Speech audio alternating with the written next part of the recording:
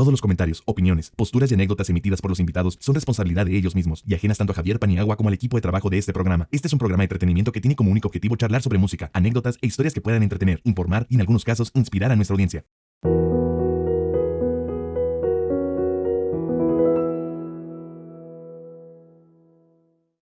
Familia querida, bienvenidos sean a este nuevo episodio. Híjole, de verdad hoy estoy... Mi fan adolescente está muy emocionado de los invitados que tengo hoy. Está aquí con nosotros Dorian, amigos, Mark, un gusto. Beli, muchísimas gracias por estar aquí, de verdad es un privilegio. Lo mismo decimos. ¿Cómo están? Súper Pues, felices. Aquí en México como en casa siempre. La verdad que tenemos pues muy buenos amigos y el país, la gente, a mí me fascina, pues nada, el público, la gente por la calle. Y felices, hemos estado aquí unos días tocando, estuvimos en Pal Norte, estuvimos también pues haciendo promo de nuestro nuevo álbum y ya preparándonos para próximos viajes. Oigan, ¿recuerdan la primera vez que vinieron a México ya como grupo? Sí, vinimos en 2009 y veníamos como invitados ilustres a un concierto de Café Tacuba y Zoé. Entonces los acompañamos en un concierto en Tlalnepantla, creo que lo he dicho bien. Sí, Tlalnepantla. ¿Y el otro cuál era? Fueron en el Estado de México, Sí. dos shows como para 9.000 personas. Teníamos mucho miedo, no sabíamos qué iba a pasar, cómo iba a reaccionar el público de estos dos titanes. Y fue buenísimo. La verdad que la reacción fue tan buena que nos salió un contrato discográfico en México al terminar el segundo show. Pero así como de película. Bajándose del exacto, escenario. que te vienen con un mezcalete y te dicen, nos vamos a fichar, ¿no? Que es algo que, que ves que solo ves en las películas, ¿no? Sí. Y que no es lo habitual. Pero sí, fue así, fue nuestra primera toma de contacto con el público mexicano. ¿Y como turistas se habían venido antes o esa fue realmente No. la primera vez que vinieron? Yo había venido antes, después de actuar con Dorian Sí. en un South by Southwest en Austin, para ver un poquito. Yo tenía pues un año antes de estos hechos que está narrando Beli, de estos shows con Café Tacuba y Zoé. Me vine a México porque en ese momento en España había muy poca información sobre lo que estaba pasando en la escena independiente mexicana. Estamos hablando de 2008 por ahí.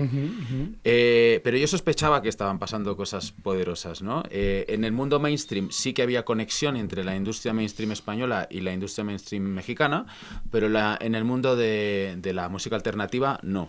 Y bueno, ¿cuál fue mi sorpresa cuando llego aquí? Me encuentro todo lo que, pues este magma de bandas, de solistas, de revistas, de webs de música, de revistas de papel, entonces todavía de emisoras de radio, bueno, pues toda esa potencia de esa escena que estaba estallando en ese momento.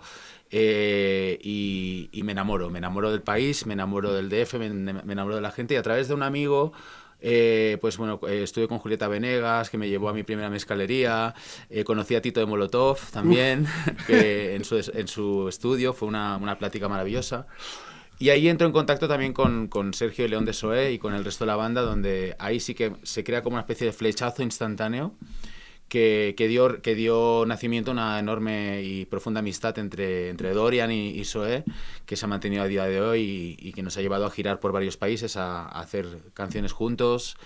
Y que fue un poquito digamos, el trigger, ¿no? El gatillo que al regresar a España pues me hace entender que nuestro futuro en América iba a empezar por México. Me había enamorado de las canciones de estas bandas, me había enamorado, pues, no solo Zoé, Los Hijos, Austin TV, Vicente Gallo, muchísimo talento, y dije, bueno, hay un mundo paralelo y hermano al otro lado, vamos a por él. Justo, digo, yo he visto al menos en redes sociales la gran amistad que tienen con Sergio, sobre todo, ¿no? Porque Sergio creo que ahora vive allá, ¿no? Sí. En Barcelona. En Barcelona, qué maravilla. No, Sergio es talentosísimo. Grandísima persona, sí. Oigan, ahora, ¿cómo nos encontramos justo en Pal Norte? Ahí nos saludamos. ¿Cómo fue la experiencia del festival? Súper, no es un festival... Bueno, ya habíamos estado antes tocando hace unos años y yo no lo recordaba como tan grande y tan profesional, ¿no?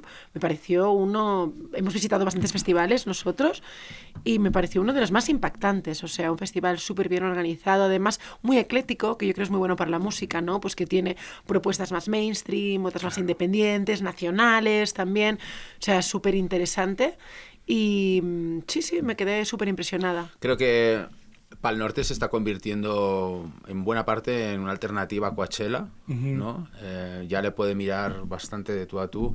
Evidentemente Coachella es una marca poderosísima y de mucho prestigio, pero le ha nacido un hermanito ahí en el sur poderoso igual, ¿eh? Y muy orgullosos de todo el equipo del festival, que han hecho algo prodigioso. Caminar entre los escenarios era un placer. La calidad de sonido, de subgraves, de repetidores que tienes en todo el festival es brutal, y eso hace que la experiencia musical, y que al fin y al cabo estamos en esto por la música, del público sea, te diría, prácticamente del 100% de satisfacción, ¿no?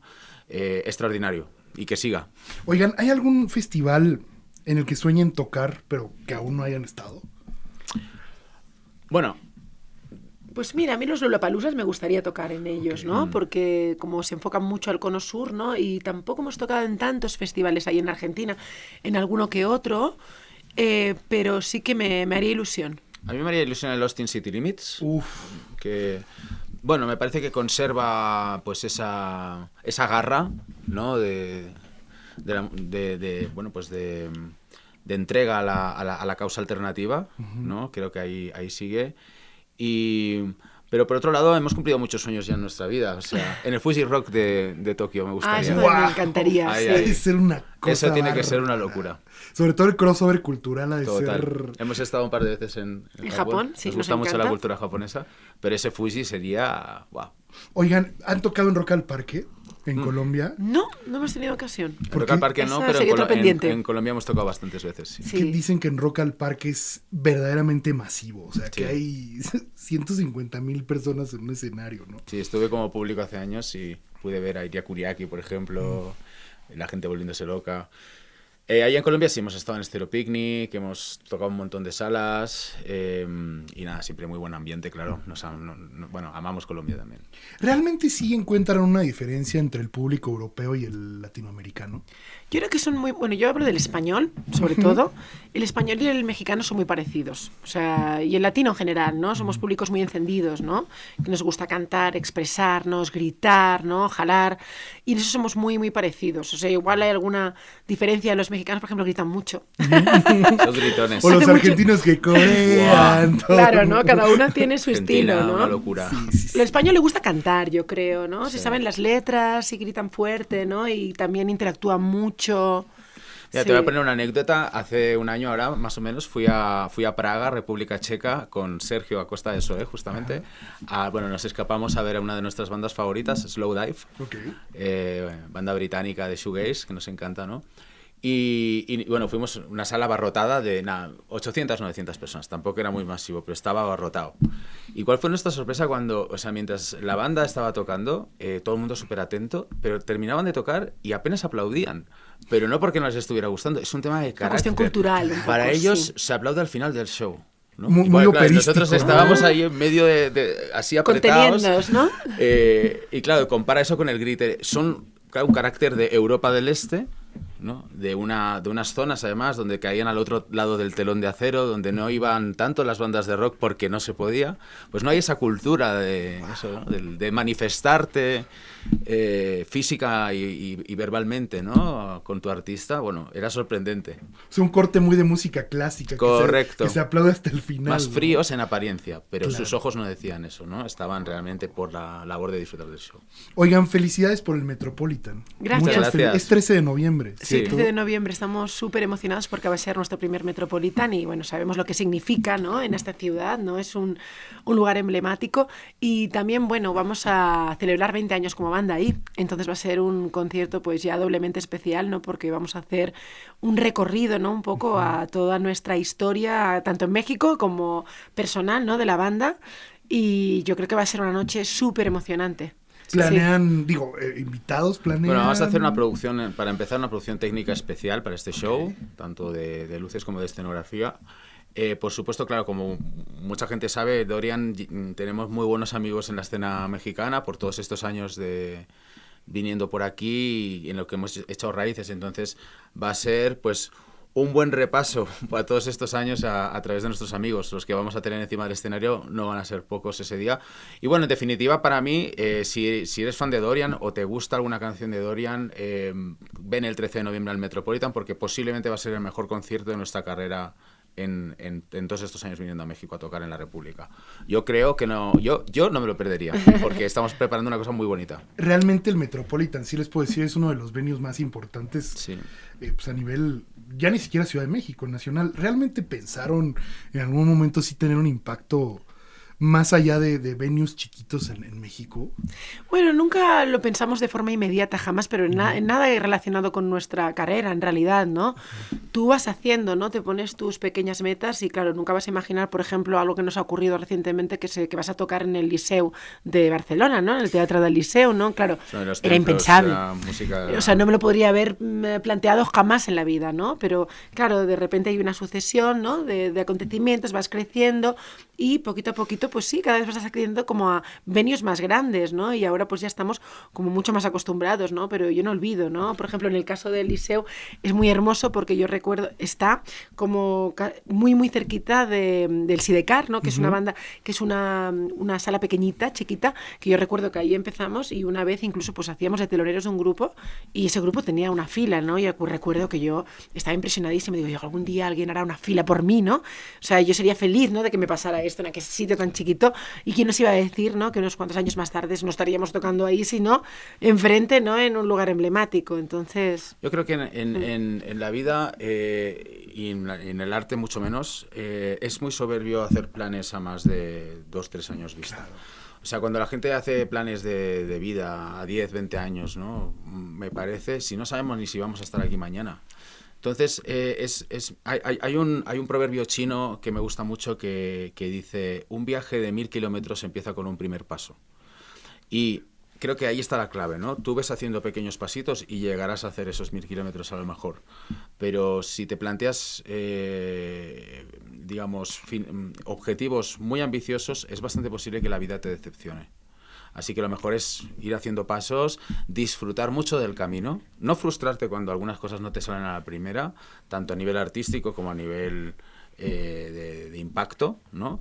Y disfrutar de ese camino con tus cuates. Yo creo que es que no hay más. Y así poquito a poquito pues hemos logrado pues que Dorian sea una de las bandas pues digamos más digamos respetadas, valoradas, queridas de España.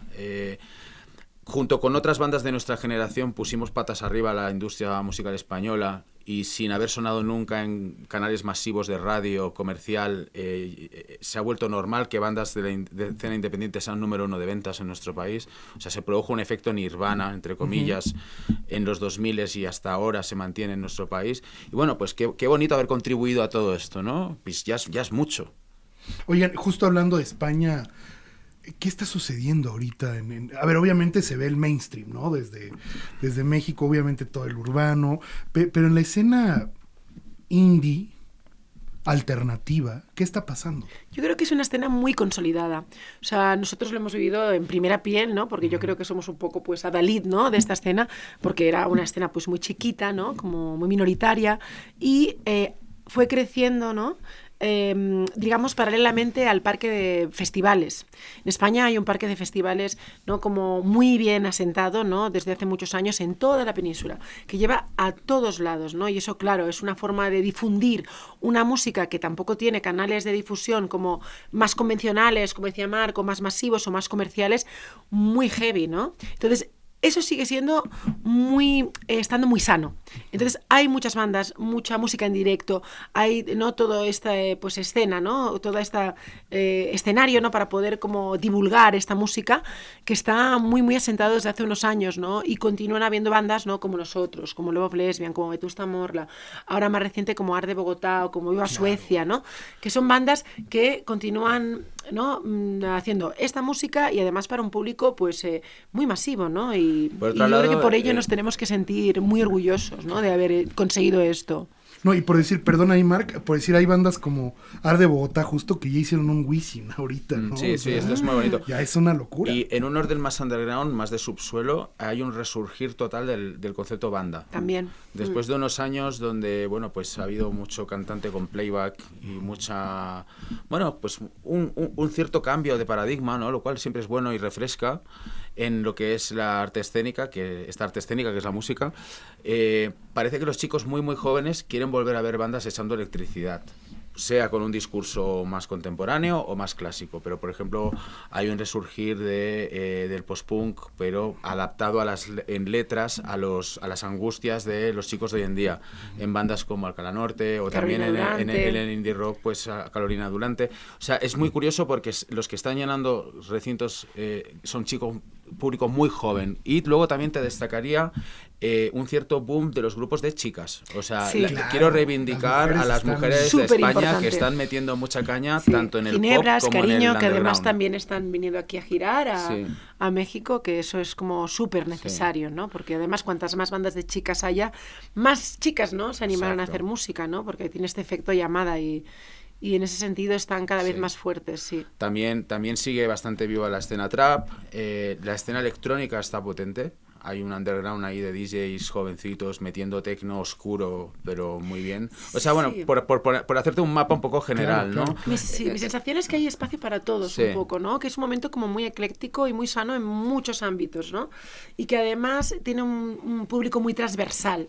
Es decir, que ya no es tanto como yo solo escucho urbana, yo solo escucho indie, ¿no? Sí que ahora, antes era un poquito más así, pero ahora pues la gente le gusta la música, ¿no? Y pues igual se va a un festival de música electrónica un fin de semana y el siguiente se va a uno de más corte indie, ¿no? Y escucha un poco de todo. Y yo lo que veo es que hay una escena muy sana, ¿no? Yo en Barcelona veo que vas a ver conciertos de una onda un poquito más pues gótica o, ¿no? Como más oscura, ¿no? Llenísimos, ¿no? Y después como más un grupo más de corte punk, llenísimo, ¿no? Y eso es como súper bueno. Yo creo que estamos en un Sin momento de buena forma musical. Oigan, ahora, ustedes están en Barcelona. En Barcelona sí hay un conflicto, por decir, en el sentido del idioma, o sea, del catalán y el castellano para la música. O sea, sí hay bandas que solo cantan en catalán y otras, o el híbrido. ¿Cómo es esa parte? Bueno, indudablemente, bueno, a ver, hay que entender que la cultura catalana es una cultura muy rica, pero claro, que muy chiquita y que ha sido siempre, pues, bueno, pues se ha tenido que proteger, digamos, ¿no?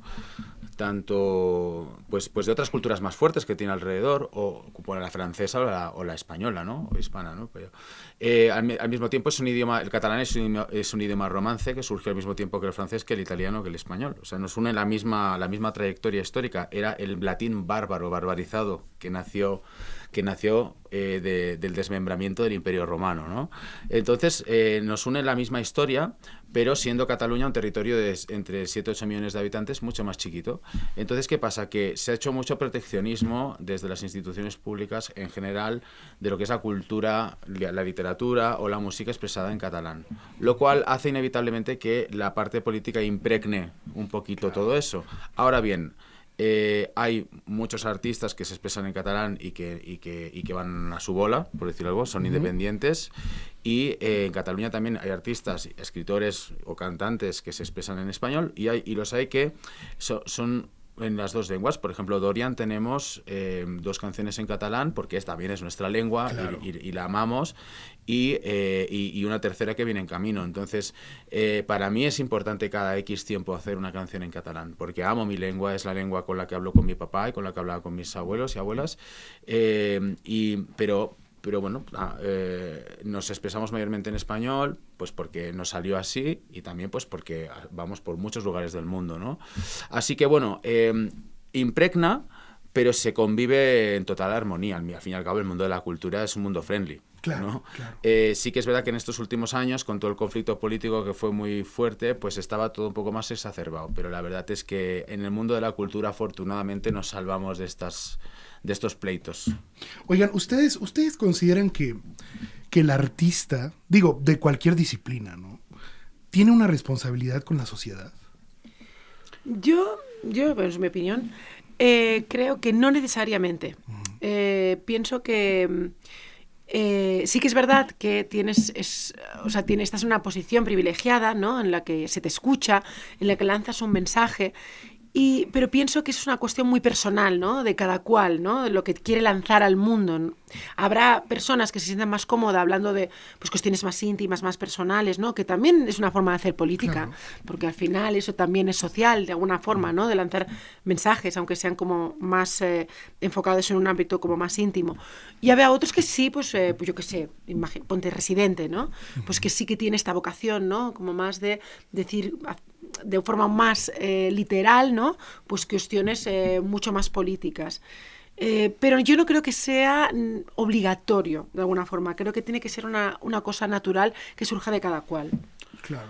Yo y una consecuencia, ¿no? Te tiene que salir, sí. Nosotros, por ejemplo, tenemos álbumes donde hemos mirado más hacia el tema social y cosa bastante heterodoxa dentro del mundo del indie, o sea, no es muy normal, y álbumes como este último, Futuros Imposibles, donde hemos mirado más a nuestra experiencia personal en la vida. Ritual, nuestro anterior disco, pues es un álbum que en algunas canciones trataba del tema de la bisexualidad, de, por ejemplo, de la gentrificación en las grandes ciudades, cómo nos están robando nuestra querida Barcelona los grandes fondos buitre y los Airbnbs y toda esta maraña del turismo de masas. Hablábamos también de feminismo en una canción muy bonita que se llama Techos de Cristal, pero en este último pues hablamos más de nuestras experiencias personales de los últimos años. Tiene que salir en cualquier caso natural para que no sea impostado. Yo personalmente celebro que algunas de mis bandas favoritas lo hayan hecho, por ejemplo The Clash, amo también a Mano Negra, por ejemplo, amo a Bob Dylan, amo a Serrat, amo a los artistas, o a Sabina, amo a artistas que han sido capaces de decirle a la sociedad a la cara lo que pensaban sin tapujos, pero como dice Beli, es una opción personal y no se puede obligar a nadie ni señalar a alguien por hablar simplemente de sí mismo, ¿no? Justamente, hablando de la letra, ¿cómo ustedes, siempre he pensado que la vida se vive hacia adelante pero se entiende hacia atrás, ¿no? Sí. Parados desde este lugar, ¿cómo creen que ha evolucionado su pluma desde 10.000 Metrópolis hasta el día de hoy? Bueno, yo te diría que en cierto modo, todos los escritores de letras, como todos los novelistas, estamos escribiendo siempre la misma canción y el mismo libro, ¿no? Esto lo hablaba un día con Calamaro y me dio la razón. Pero sí que es verdad que dentro de esa manera de expresarte, creo que tu deber como artista es ir evolucionando. Pues bueno, a lo mejor las canciones de Dorian de hace 10, 12 años pues hablaban mucho del mundo de la noche, hablaban de drogas, hablaban de euforia y autodestrucción, y a lo mejor pues nuestras canciones de ahora pues tratan otros temas, ¿no? Pues por ejemplo, Futuros Imposibles, nuestro último álbum, tratamos sobre la superación del duelo desde ángulos poco usuales, pero interesantes, cómo atravesar el fuego del duelo por la muerte de un amigo o por una ruptura sentimental de una forma constructiva, valiente y positiva. Bueno, pues a lo mejor el Marc de hace 12 años no habría sido capaz de escribir letras sobre estos asuntos más maduros. Y entonces, en este sentido, creo que las letras de Dorian han ido madurando con el paso del tiempo, pero sí que tienen casi siempre algo en común, que son una invitación a la rebeldía. Creo que nuestras letras y nuestra música interpelan al oyente a que sea bravo y haga su propia vida más allá de los condicionantes sociales o culturales que tenga. Y en este sentido, muchos chicas y chicas han encontrado refugio en nuestra música, que las ha acompañado en ese tránsito, porque muchas veces quienes nos escuchan son los raros de la clase, el que está recibiendo bullying o del que se ríe su familia porque tiene un sueño en la cabeza, o del que la sociedad le señala por sus inclinaciones afectivas y sexuales. Pues toda esa gente encuentra en nuestra música una afecto, un lugar, un espacio de libertad, y creo que en eso no ha cambiado nuestra manera de entender el mundo y el acto creativo y de escribir, pero sí que va madurando dentro de ese orden, ¿no? En tu caso, Beli, ¿cómo sientes tu evolución, en cuestión de expresión artística en todos estos años? Bien, la verdad es que yo me inicié más como arreglista, ¿sabes? Que es lo que me gusta hacer, es algo con lo que me llevo muy bien con Marc. Y que os entenderíais muy bien vosotros dos, como buenos arreglistas. Como más frikis. Sí, bueno, a mí, por ejemplo, me hubiera resultado impensable hacer una canción como compositora, o sea, no es algo que me naciera del todo. a mí lo que me gustaba, lo que disfrutaba es que Marc, pues, que es súper buen compositor, pues presente una canción y yo, pues a mí lo que me gusta es como imaginar, ¿no? Cómo vestir todo eso, ¿no? Qué beat vamos a poner, o si vamos a poner sintes, o qué color vamos a poner. Todo esto, la verdad es que creo que se me da muy bien y creo que he dado como este toque estético a Dorian y un sonido, ¿no? Sí, particular. Buena parte del sonido Dorian, de lo que es el sonido, ese crossover de Dorian entre electrónica y New Wave, se lo debemos a Yo creo Belly. que hemos tenido, ¿no? Pues eso, un sonido como muy particular desde el principio que se ha ido como afianzando, ¿no? Y también que ha sido muy plástico, ¿no? Que nos ha permitido como siempre ser Dorian, a pesar de poder tocar como colores muy diferentes. Y pues en los últimos años sí que me he lanzado también a componer, hacer letras, ¿no? Eso es imposible, es una cosa que nunca me surgirá. ¿No se te da, Beli? Jamás. Ok. No. Es una tortura. Es que no me nace, me parece sumamente complicado. Las veces que Marc alguna vez pues, ha preguntado o ha pedido ayuda, soy totalmente negada. Eso es una cosa que nunca podré hacer. O sea, ¿No crees que te bloqueaste ya psicológicamente? No sé, es que no me sale. No me Ok. sale. Es que yo no veo la música así ya. O sea, por ejemplo, yo no. Cuando escucho música, no suelo ser de las personas que escucha demasiado la letra. Ok. Ya sé que es horrible decir esto. Soy una gran lectora, es curioso, porque Sí, es una las gran letras en los libros. Pero escuchando música, evidentemente sí que sé apreciar una buena letra y sé el peso que puede tener una canción. Pero yo, pues muchas veces pienso, si a mí me ponen una grandísima melodía, ¿no? Con una grandísima música, si me dicen huevos fritos, yo encantada de la vida. Yo me lo trago. Bueno, Te enfocas en la música, eso decía claro. Paul McCartney Sí. en el inicio de Yesterday, ¿no? ¿no? El Sí, Scramble claro. Eggs, No, ¿no? Scramble Decían Eggs. que yo no sé si Claro, esto es un mito claro. urbano, pero bueno. Sí, no, es verdad, es verdad. Pero yo lo veo así la música, o sea, la veo en notas, la veo como en texturas, ¿no? La veo sinfónica, no sé cómo explicarlo, ¿no?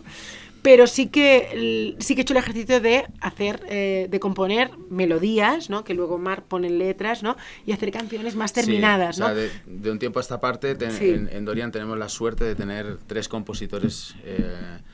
Claro, en los primeros álbumes yo componía todas las canciones, lo cual también me suponía una presión muy grande que me llegó a romper en una ocasión. O sea, se me rompió la cabeza y acabé en una depresión. Por este motivo y otros sumados. Pero felizmente, desde nuestro álbum Justicia Universal, es decir, este último sería el tercero, Futuros Imposibles, ya somos 3 compositores. Yo en algunas hago algunas rolas, aproximadamente 5 o 6 por álbum. Beli un par o 3 y Lisandro un par, el teclista de la banda y productor también. Y esto es magnífico porque hace que los álbumes sean más ricos en matices, en colores y aporta pues energías y aires renovados, ¿no? a los discos. Y hace que además podamos tener mucho material de calidad para luego terminar seleccionando las 10 o 11 que van a terminar en ese álbum, ¿no? Entonces, pues bueno, es divertido y positivo en todos los aspectos. Pero es verdad que el salto de ser arreglista a compositor es un salto casi, no te voy a decir cuántico, pero fuerte, porque es mucho más difícil de lo que parece Sí. componer, cerrar y estructurar una canción. Bueno, y aún así tengo la ayuda de Marc. O sea, quiero decir que muchas veces pues a mí se me ocurre unas estrofas, ¿no? O una música, ¿no? Para el estribillo, y él llega y le pega el estribillo, porque es lo que se le da más bien del mundo, ¿no? El coro. Y entonces ahí es como así, ¿no? Y entonces es guay, es divertido, sí. Es como... Sí, es una forma diferente de hacer música. Oigan, justo, a ver, en un proyecto musical, y hablando de Dorian, ustedes de forma individual, pues tienen sus propias ambiciones artísticas. ¿Cómo han logrado ponerlas al servicio de un proyecto, de un ente, ¿no? Y bueno, es un tema también de ego, ¿no? Saber dominar el ego. Es que si no entiendes esto, no tiene sentido trabajar en una banda. Entonces es solista, ¿no? Pero tienes que entender desde el principio que tú vas a dar lo mejor de ti, pero siempre al servicio de la canción. O sea, no tiene que ver con que tú te interpongas más que el otro, o de quién tenga más razón, o de que tú creas que algo es mejor. Evidentemente, eso pasa. A mí me pasa un montón, ¿no? Que Bueno, yo tengo... Beli es bastante de vara recta, pero muchas veces tiene razón. Sí, no, quiero decir que... A ver, yo tengo una visión, ¿no? Sobre por dónde tiene que ir una canción y yo lucho por ella. O sea, ¿sabes? Pero va más allá, no es porque yo piense que sé más, porque no es así. Yo sé hacer algunas cosas en la banda musicalmente que, o sea, que al revés, quiero decir que ellos saben hacer otras cosas en la banda que yo no sé hacer, quiero decir que somos un equipo, ¿no? Aquí se trata de reunir lo mejor de cada uno, ¿no? Y de unirlo, ¿no? Si no entiendes esto, no estás en una banda. Creo que Dorian es un engranaje muy bien armado en el que el conjunto es superior a la suma de las partes, ¿no? Entonces eso es una banda de verdad. Una banda de verdad es algo que es más efectivo y más talentoso que la suma de las partes por separado. Y en el caso de Dorian, pues cada miembro tiene algunas áreas creativas en el que es superior a los demás y al mismo tiempo cede terreno en las partes que los menos. Y entonces nos entendemos muy bien, sabemos ver cosas que el otro no sabe ver. Por ejemplo, Lisandro, pues él es muy buen productor ahora mismo, de hecho trabaja muy codo con Sergio Acosta, en varias producciones de otras bandas, y tiene su propio estudio de grabación en Barcelona, estupendo.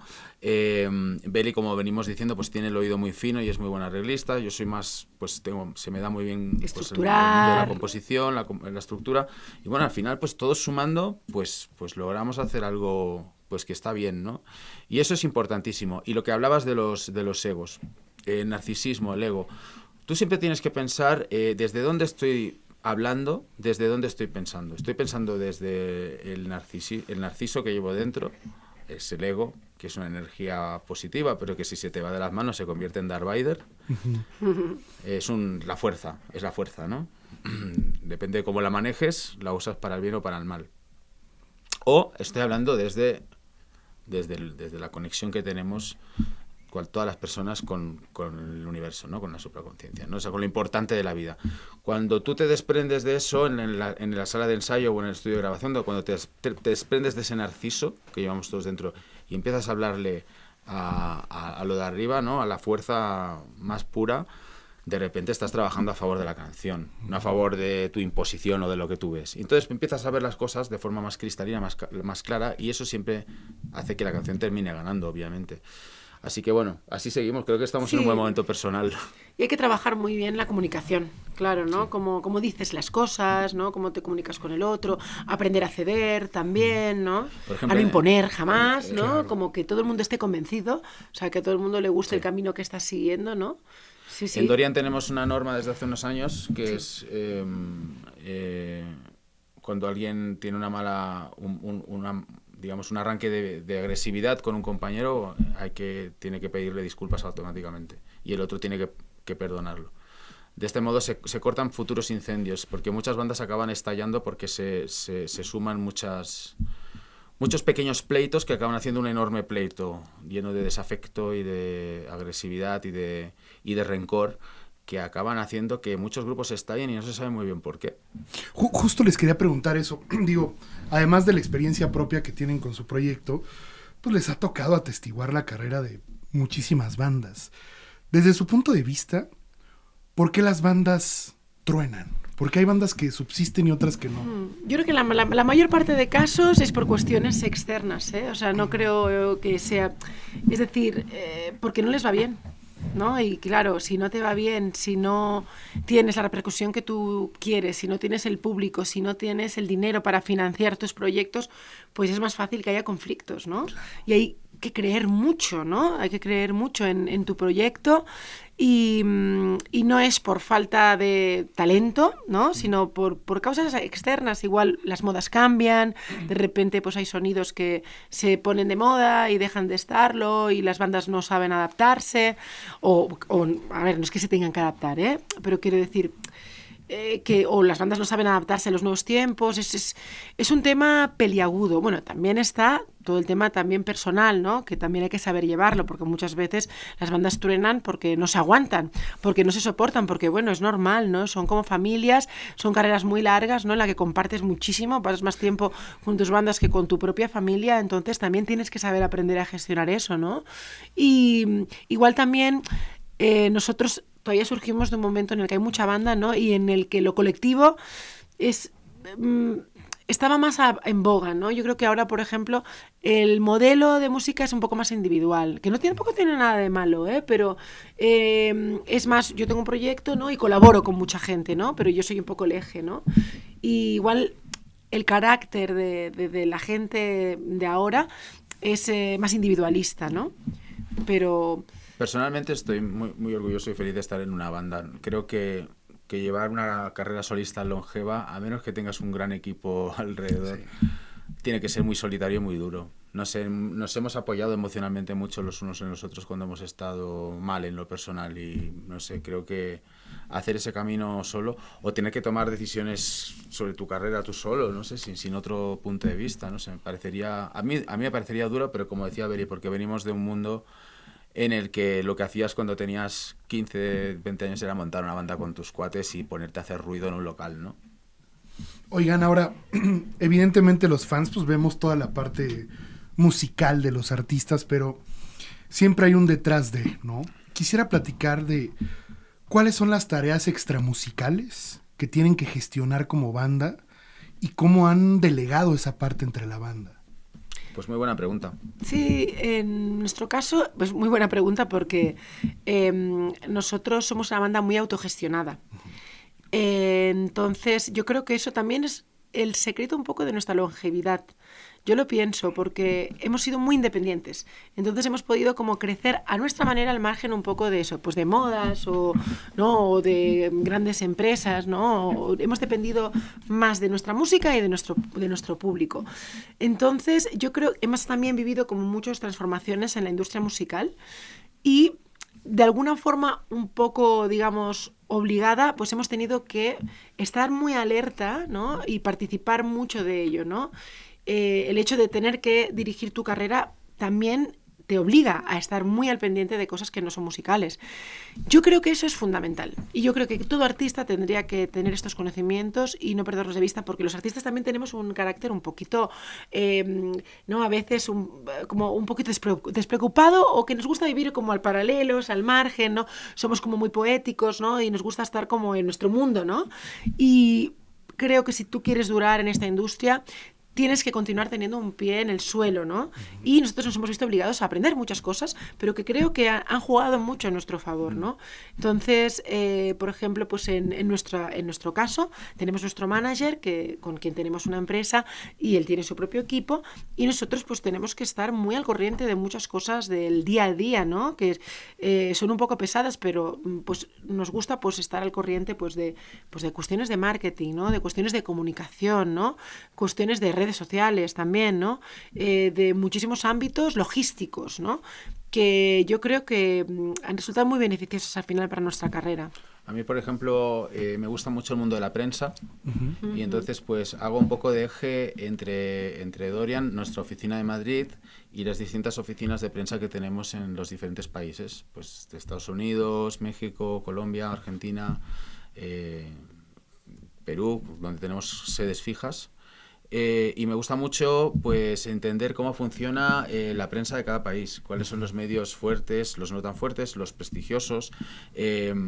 No sé, me llevo muy bien en este ámbito, por ejemplo, en la coordinación junto con nuestros equipos de lo que va a ser la comunicación de nuestro arte a los diferentes países, ¿no? Como ocurre en muchas bandas, U2 entre ellas, Bart, el bajista, lleva las cuentas de la banda junto con nuestra oficina para que nadie pueda, digamos, descontrolar con la plata. Sí, alguien de confianza dentro, ¿no? Siempre tiene que haber alguien dentro de la banda creo que en Coldplay también lo hay, por ejemplo. Bueno, y como cualquier empresa, en cualquier empresa, tú no puedes descontrolar ahí. Tienes que saber, ¿no? Qué fondos recibes, cómo los utilizas, ¿no? Sí. Dónde los pones, ¿no? Para los que todo esté muy saneado. Los impuestos de cada país. Para que todo esté muy saneado. Beli con los años se ha vuelto una experta, por ejemplo, en contratos editoriales, discográficos y tal, ¿no? De tal manera que ya nunca más vamos a firmar cosas de las que no nos arrepintamos, pues porque Beli tiene ya mucho ojo y sabe...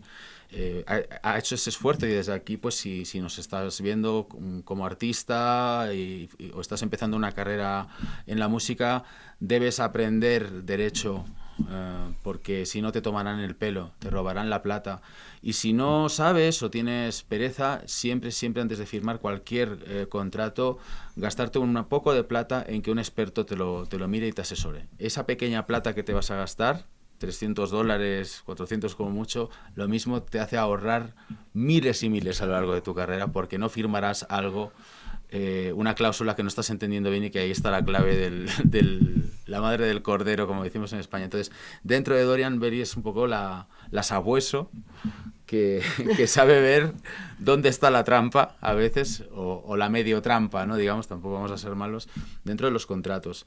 Y como hablábamos antes, pues Lisandro pues, se ocupa de buena parte de la parte de producción musical y también gestiona junto con una pequeña empresa que tiene pues parte del merchandising, ¿no? O sea, entonces, fíjate cómo ya entre los cuatro... Sí, exactamente. Que bueno, que es la manera de ir adelante hoy en día. Creo que hay muchas bandas que funcionan así. Nos sorprenderíamos. Bueno, he puesto antes el ejemplo de YouTube, donde por ejemplo el batería es el que ha hecho muchas de las portadas de los álbumes de YouTube, ¿no? Es decir, todas las bandas tienen en SOE, por ejemplo, Rodrigo Guardiola, el batería, pues ha hecho muchos videoclips. Claro, director es que de videoclip. Claro. Bart, por ejemplo, también es muy bueno editando. Y muchos de nuestros discos de directo, bueno, que hemos también presentado en lo visual, sí, los ha editado él. Sí, edita o que alguien esté ahí. Es que sí, justo creo que es importante detectar como los skills de cada uno. Sí. ¿no? Eso es, ¿no? Yo me ocupo mucho también de toda la parte más visual, ¿no? De gestionar, pues, los artes del disco, ¿no? Todo el tema más estético, ¿no? Y fotografías, ¿no? También es verdad. Belli es muy buena... ¿cómo se dice? Cool Hunter, ¿no? Okay. Belli ya te va a traer a trabajar conmigo. Sí.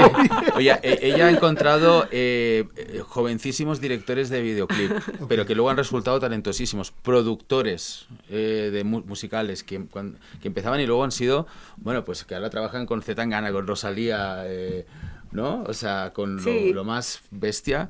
¿Qué más? Fotógrafos. Tiene como un sexto sentido para, entre ese océano que es Internet, encontrar pues gente con la que podamos llevarnos bien en lo creativo y en lo personal, y que en muchos casos son nuevos talentos que luego resulta que a lo largo de los años han estallado. Oigan, y ahora, ¿cómo han gestionado ustedes la parte de su networking? Porque es algo de lo que poco se habla, pero el tema de las relaciones, pues es algo bien importante, porque al final del día cohabitamos en una industria en donde pues tenemos que saber quién es quién, ¿no? Sin duda. Para crecer juntos, ¿no? Bueno, a mí me gusta mucho conocer gente, y dentro de, te hablaba antes de la prensa, por ejemplo, pues me llevo muy bien con periodistas de muchos países, porque bueno, pues vas haciendo una amistad, y con artistas un montón. Me gusta, no sé, creo que tenemos el privilegio de formar parte de una industria que es la de la música, donde la mayor parte de la gente es buena. Sí. Váyase a otras industrias a ver qué encuentra. También es algo muy vocacional. Es muy vocacional. Y entonces es muy fácil... hay que amarlo para estar aquí. Hay que amarlo, correcto. Tal cual. Entonces, pues bueno, claro, nosotros hemos ido haciendo un networking de amigos, pues bueno, pues... recientemente actuamos con Reino en el Auditorio Nacional, ¿no? Por ejemplo. Fue ayer, ¿no? Fue ayer. Sí. Entonces... hemos ido haciendo amigos por muchos países del mundo, también en España, obviamente, y estoy muy orgulloso porque muchos de ellos y de ellas nos han enseñado cosas, además de que hemos compartido vivencias increíbles, aprendes un montón de los demás, ¿no? Entonces, pues bueno, como vuelvo a insistir, tenemos el privilegio de formar parte de una industria que suele estar habitada por gente bastante noble y hermosa, y es muy fácil llevarse bien con la gente, no sé. A nosotros nos resulta muy agradable, de hecho. Oigan, a ver, siendo sensatos, este es un trabajo divino y les ha traído satisfacción, y al final del día, pues ustedes hacen felices a miles de personas en el mundo. Pero siempre hay un precio que pagar, ¿no? ¿Qué han sacrificado ustedes en esta carrera? Sé que es muy demandante. Yo tengo que decir que nada. A ver, no era una carrera que yo tuviera en vistas, así como Mar sí que tenía muy claro que quería dedicarse a la música. Yo hubiera podido dedicarme a otra cosa tranquilamente y hubiera sido feliz. Lo que pasa es que me hubiera perdido... Con tus skills podrías ser astronauta. Totalmente. No, en serio. Quiero decir que yo creo que tengo una capacidad de adaptación, ¿no? fuerte y hubiera sido feliz seguro haciendo cualquier otra cosa. Lo que pasa es que, vamos, esto me parece que el oficio de músico es el mejor del mundo. O sea, yo no hubiera podido imaginar mejor vida para mí. O sea, el hecho de hacer música, presentarla, lo que tú contabas, que es lo que me hace más feliz de todo ser músico, es ayudar a la gente, ¿no? Yo veo, yo qué sé, cuando hacemos firmas, la gente que viene con esa ilusión, que nos cuenta cosas increíbles, ¿no? Esa capacidad de curar, ¿no? Que tiene la música, ayudar a gente en momentos súper complicados, ¿no? Eso a mí es lo que más me llena de esto, ¿no? Pero después presentarla en directo, vivirlo con la gente, ¿no? Poder viajar. Al margen de la música, pues todo lo que significa, ¿no? Tener una banda, también pues trabajar con otros artistas, ¿no? Como pues directores de cine, de videoclips, diseñadores, trabajar todo el tema gráfico es súper creativo, ¿no? Y es un trabajo como que tiene muchas caras, ¿no? Y todas son interesantísimas, así que yo considero que no he sacrificado absolutamente nada. Eso sí, cuando empezamos a funcionar sí que tuve que tener un tiempo de reflexión para saber si quería esta vida, porque sí me di cuenta que es una vida diferente. Es complicada. Es decir, no tienes fines de semana, estás siempre fuera, no tienes una vida convencional, ¿no? Es como un mundo un poco paralelo, entonces tú tienes que estar seguro de que eso te gusta. Yo conozco a gente que le gusta la música y ser músico, pero que ha renunciado a esto porque no le gusta el estilo de vida. Entonces sí que tienes que tener claro que te guste. Algunas semanas nos han acompañado amigos o parejas y tal a nuestro ritmo y vuelven a casa destrozados, ¿no? Arrepentidos de haber dicen, ido, pero ¿esto claro. qué es? O sea, Claro. este ritmo de viaje, de dormir poco, de tener que estar en un soundcheck, de tener que estar haciendo promos, es un ritmo realmente muy, muy bestia. Y entonces, pues bueno, yo personalmente te diría que durante años cometí el error a lo mejor de juventud, de poner el trabajo por delante de la vida, y también arrastré un poco al grupo a esa dinámica, y entonces pues bueno, nos quedamos pues a lo mejor perdiendo contacto hasta con nuestros propios padres, con nuestros hermanos. Eso hay que vigilarlo. O sea, el tema, yo ahora por ejemplo creo que lo más importante de la pirámide de una persona, arriba del todo está tu propia salud, despertarte cada mañana con 2 piernas, 2 brazos, 2 ojos y poder caminar por la calle ya es un lujo. Segundo, como dice Julio Iglesias, si empiezas un día y tus familiares y tus amigos están bien, ya es un buen día, aunque te vaya todo mal ese día. Ah, qué bonito esto. Es una frase muy buena de Julio Iglesias esta. Entonces esa es la segunda, ¿no? Y a la tercera la coloco, por muy apasionado que sea de la música, el trabajo. Antes no, había invertido ese orden. Y durante años se me olvidó cuidar a mis amigos, estar pendiente de la familia.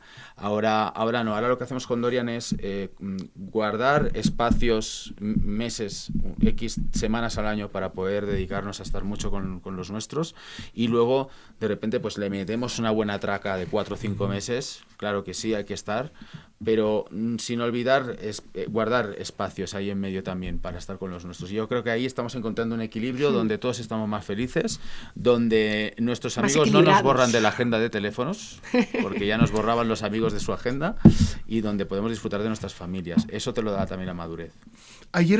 Justo ayer tuve la suerte de platicar de alguien a quien admiro mucho, que es Ana Villacorta. Ella es vicepresidenta de marketing en Sony Music, y me dio una cifra que me voló la cabeza. Me dijo, tú sabes que todos los días se suben entre 100 y 130,000 canciones Monstruoso. a las plataformas digitales.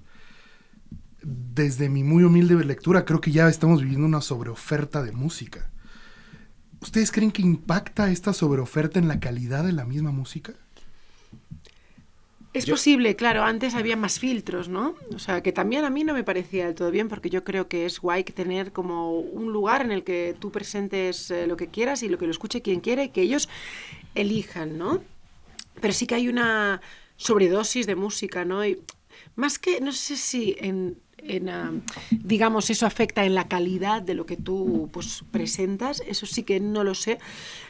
Yo creo que es en la capacidad que tiene la gente de soportar todo esto, ¿no? De escucharlo bien, ¿no? Se escucha bien la música. Yo creo que, claro, todo pasa tan rápido que yo creo que hay una desacralización de lo que es, ¿no? Porque hacer una canción es una cosa complicada. Claro. Y igual sí que es verdad que ahora se hacen como pipas. Venga, una canción. Te exigen un poco eso. Una a la otra. Yo me niego. Como si fuese ese contenido digital, ¿no? Claro, cualquier cosa, ahora esto, porque tienes que estar ahí presente, ¿no? Nosotros creo que en eso somos duros, ¿no? En el decir, yo cuando presento algo, yo sé que tengo algo bueno, ¿no? Y que estoy orgulloso de eso. Y no quiero presentar muchas cosas para figurar, sino que tengan un peso, ¿no? Y pues igual sí que es verdad que ahora cuesta que tengan más peso, porque la gente va como loca, ¿no? Ahora esto, ahora lo otro. Y tienes que estar ahí como, ¿no? Como, pues defendiendo un poco tus creaciones, pero sí, yo creo que nosotros no podemos hacerlo de otra manera. Yo estoy con Beli, no creo que si lo miráramos en global, la calidad de la música haya bajado. Lo que sí que pienso es que los árboles no dejan ver el bosque. Wow. Es decir, cuántas canciones brillantes, Wow. pero brillantes de verdad, nos estamos perdiendo todas las semanas porque los árboles no nos dejan ver el bosque en el que estamos caminando. Aquí está el drama para mí. Antes tenías unas disqueras, una prensa y unos prescriptores que filtraban el discurso, ¿no? Como decía Beli, pues podían ser más acertados o menos, pero bueno, había un filtro. Ahora el oyente se enfrenta a un océano todas las semanas que ni por muy melómano que seas, ni por mucho que ya sepas de música, puedes afrontar, ¿no? Entonces se te están escapando, se te están filtrando cosas que bueno, que crea una cierta frustración. A mí me crea una cierta frustración como oyente, pensar. Pero también es verdad, y hay que decir, que cuando una propuesta es genuina, original, plásticamente diferente a las demás, tarde o temprano se acaba abriendo paso. Entonces, a nosotros cuando nos preguntan ¿qué le aconsejarías a un artista que esté empezando en esto de la música? Lo primero, que seas singular en lo tuyo. Que tengas una manera personal de escribir letras, que trates de desarrollar tu propio sonido, que tengas una estética particular, si la quieres tener, algo, o una de estas tres patas, o si ya tienes las tres, eres David Bowie, directamente, ¿no? No, sí, claro. Pero por lo menos una de estas tres, ¿no? Una estética particular, una forma particular y personal de escribir tus letras y un sonido particular, por lo menos una de estas tres. ¿Qué pasa? Que nos estamos encontrando con mucha oferta musical, pero con mucha copia. ¿No? En cualquier ámbito, o sea, aquí en el urbano, en el alternativo, en la electrónica, o sea, las clonificaciones son ahora mismo la orden del día. Y entonces, lo que hay que hacer para sobresalir de todo eso, pues es saber comunicar muy bien tu música, pues en tus redes sociales. Todo esto es fundamental. Como decía Beli antes, no puedes vivir ya como artista en una parra, subido a una parra, no puedes. Y al mismo tiempo, pues ser capaz de desarrollar tu singularidad. ¿Qué tengo yo que explicarle al mundo que mi vecino no está explicando? Eso es lo que te tienes que preguntar. ¿Tengo algo que contar realmente? Porque también pienso que hay mucha gente publicando música que no tiene mucho que contar. Y aquí está un poquito la historia de todo esto. Por un lado, se ha democratizado mucho los medios de producción de música. Esto me parece genial, que un chico como Bizarrap desde un lugar como este pueda reventar la industria de la música, pues me parece impresionante. Ese es el punk, ¿no?, que queríamos. Pero por otro lado también, claro, eso crea una sobreproducción, ya que cualquiera puede hacer que un disco, bueno, con unos tutoriales de YouTube y esforzándote mucho, puedes llegar a hacer que suene bien tu disco hecho desde tu casa. Con lo cual, estamos ante esa avalancha que creo que nadie puede parar ya y que veremos hasta dónde nos lleva, ¿no? Pero bueno, todas las épocas han sido ambivalentes, han tenido su cara y su cruz. Por ejemplo, en la España de la movida española, donde salieron bandas como Radio Futura o La Unión, tú salías un día por la tele y te veía todo el país. O sea, de la noche a la mañana ese álbum, eras famoso al día siguiente y ese álbum era número 1. Ahora bien, estos artistas vivían en un país que estaba saliendo del subdesarrollo, que era España. Cuando se iban de gira por el país, los escenarios eran un desastre, el sonido era una mierda, seguridad cero, la gente a los que iban con pintas de punks o de mods o tal, les aventaban botellazos, verduras a la cara, era un horror salir de gira. Nosotros ahora vivimos en un mundo donde hay muchísima música, donde, como decíamos antes, los árboles no dejan ver el bosque y donde los medios de comunicación están hiperfragmentados. Pero al mismo tiempo tenemos unos festivales estupendos en los que mostrar nuestro talento y una escena hiperprofesional en toda Hispanoamérica y en todo el mundo. Pues qué maravilla también, ¿no? O sea que cada época tiene sus cosas. Oigan, ¿ustedes creen que en la industria de la música nos tenemos que preocupar de la IA? No lo sé, yo creo que es una herramienta, yo lo veo así. Es una revolución, o sea, va a transformarlo todo. Pero creo que yo creo que lo tenemos que ver como un amigo, como un aliado, no como un enemigo. Pienso, cuando digo herramienta, quiero decir que tiene que estar, digamos, a merced del humano, ¿no? Que lo trabaja. Y yo creo que es como, no sé, ¿no? Como pensar, mira, ahora que hay con un ordenador, ¿no? Puedes hacer música. Uy, entonces te va a hacer la música sin necesidad de tocar ningún instrumento y tal. Y va a ser el fin de la música, ¿no? Porque la máquina te lo va a hacer todo. No, siempre hay una persona detrás, ¿no? Lo que pasa es que lo manejas tú. Entonces hay que ver, ¿no?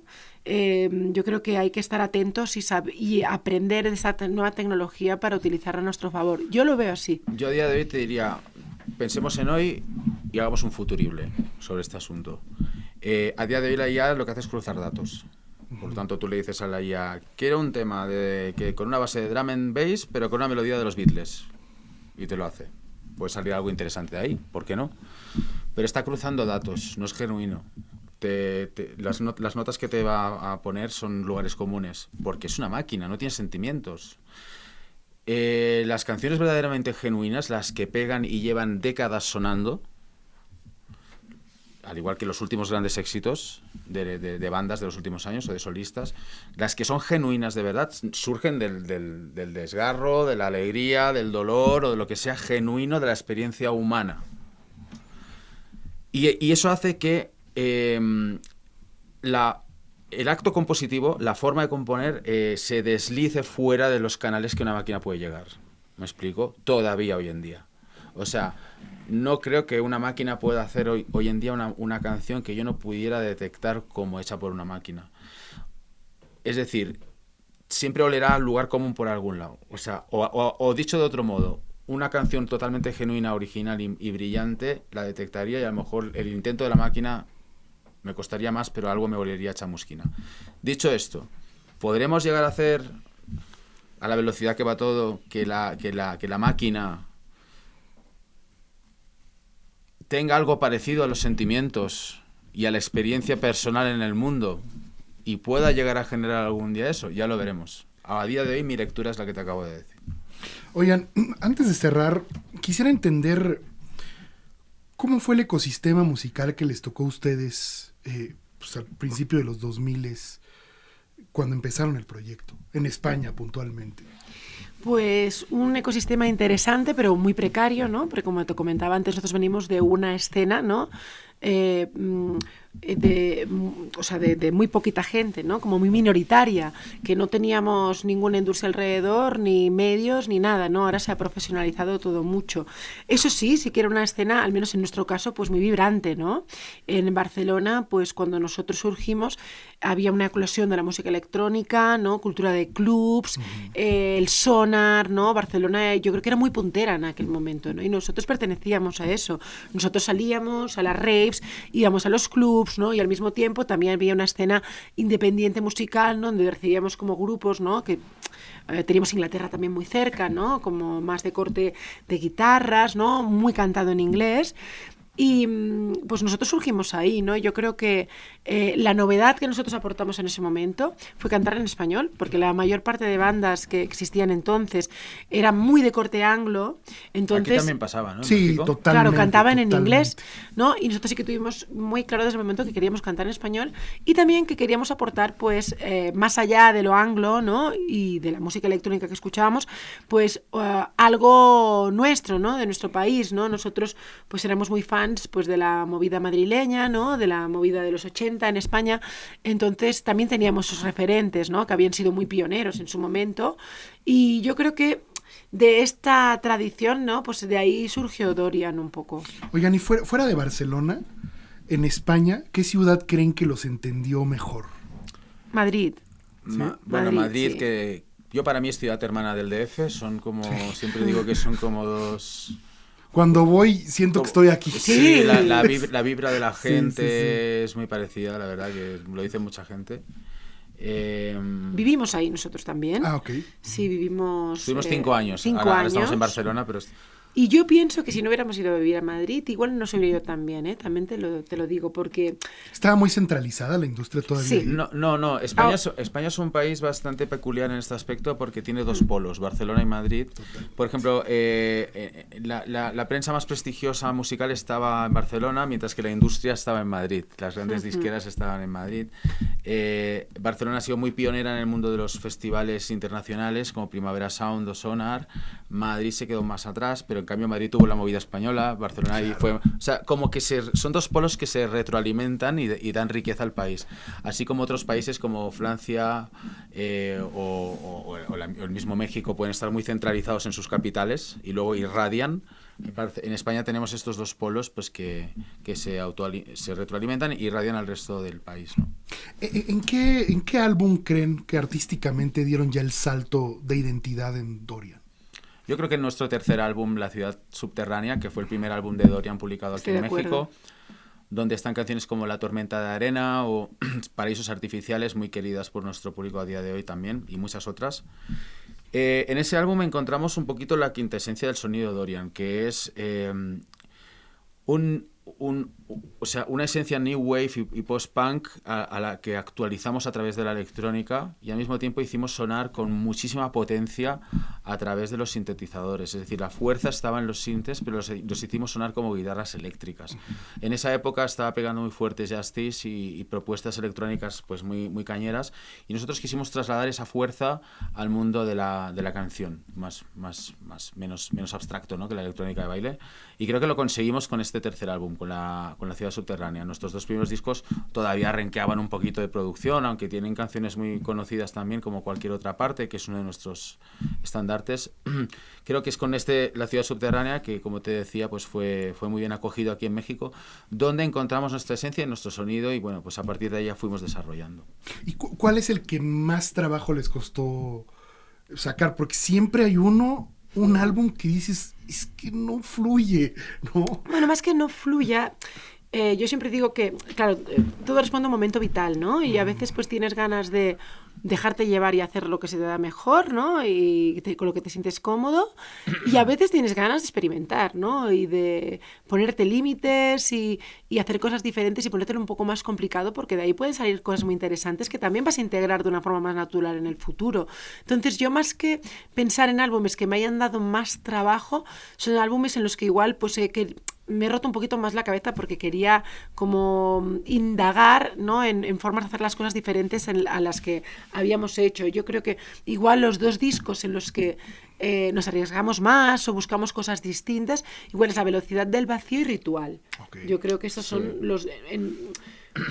donde jugamos un poquito más, ¿no? Aunque, y toda esa sabiduría también que sacamos de ahí, después también la continúas integrando en la banda.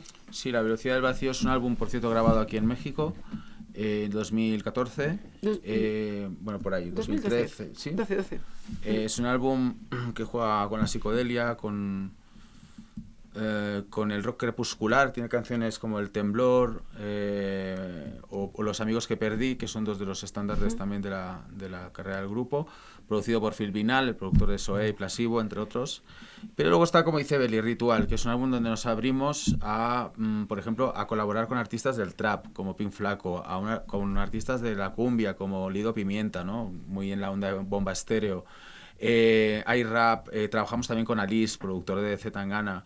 Fue un álbum de vamos a jugar a echar aquí colores y con nuestra propia esencia bueno, pues a ver qué pasa. Entonces, pues claro, son álbumes que te salen, que cuestan un poquito más, pero que también suponen aventuras musicales que tú necesitas. Un crecimiento, ¿no?, personal, ¿no? Sí. Musical importante. Sí. Si no, que no tiene ningún tipo de gracia. Somos una banda que escucha todo tipo de música de todas las épocas. Te sorprenderías de ver los viniles que tenemos en casa de estilos y de palos totalmente diferentes. Y por lo tanto, cada X tiempo eso sale por ahí. Amigos, les quiero dar las gracias por esta grandísima charla, felicitarlos por desde el Metropolitan, 20 años, futuros imposibles. Muchas gracias. Deseo que sigan en ese ascenso artístico, y pues aquí en México los queremos mucho. Estoy muy ansioso, estaré ahí en el show, me dará mucho gusto verlos y esta es su casa y ojalá podamos hacer una segunda parte porque, híjole, con ustedes se platica increíble. Sin lugar a dudas, y creo que no hay Seguro. nada que nos guste más que platicar sobre música y sobre creatividad en general, ¿no? Espero que haya sido divertido para los oyentes y espectadores y que nos volvamos a ver por México muchas veces más. Oigan, amigos, los tickets ya están disponibles para el show. Sí, tenemos los tickets disponibles, que además la cosa pinta que se va a llenar, que se están vendiendo muy bien y nada. 13 de Agárralo noviembre. y vente con nosotros a disfrutar. Excelente. 13 de noviembre, Teatro Metropolitan. Ahí estaremos. Marc, muchas gracias. Gracias. Beli, muchísimas Gracias a ti. gracias. Esta es Un su placer. casa.